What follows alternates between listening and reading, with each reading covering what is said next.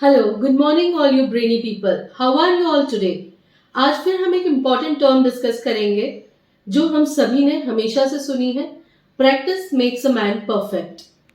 Do you really believe in this? Is there something you can call a perfection? मेरे हिसाब से तो perfection is just a myth, it's just a illusion. But I just want to be very sure here that I'm not at all against practice. Practice is very important क्योंकि practice makes you natural. Practice makes you very familiar to an art, very natural to that art. You feel like effortless doing some particular skill. But perfection कुछ नहीं होता क्योंकि perfection वो stage है जो आप कभी पा ही नहीं सकते, isn't it?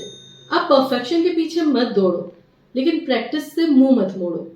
This is very simple formula of getting very natural into an art. क्योंकि जब आप नेचुरल होते हो ना, एफर्टलेस होते हो, तो ऐसा लगता है कि आप उस आर्ट के मास्टर हो एक्चुअली में भी। क्योंकि आप परफेक्शन नहीं पा सकोगे, आप अपने आप से कभी सेटिस्फाइड नहीं हो सकते, आप कितनी ही कोशिश कर लो। This is for example how well dressed you can sit and try, कि आप बहुत वेल ड्रेस्ड होके बैठोगे, but something somewhere will fall of.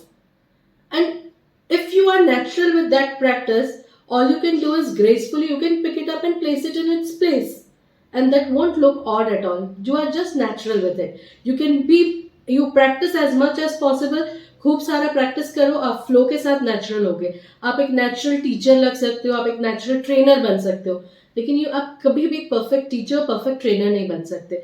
तो मैं उन सारे लोगों से बोलना चाहती हूँ जो बोलते हैं ना कि परफेक्शन के बिना मुझे सेटिस्फैक्शन नहीं, तो आपको बेटा कभी भी सेटिस्फैक्शन नहीं आने वाला है, क्योंकि परफेक्शन कुछ होता ही नहीं है।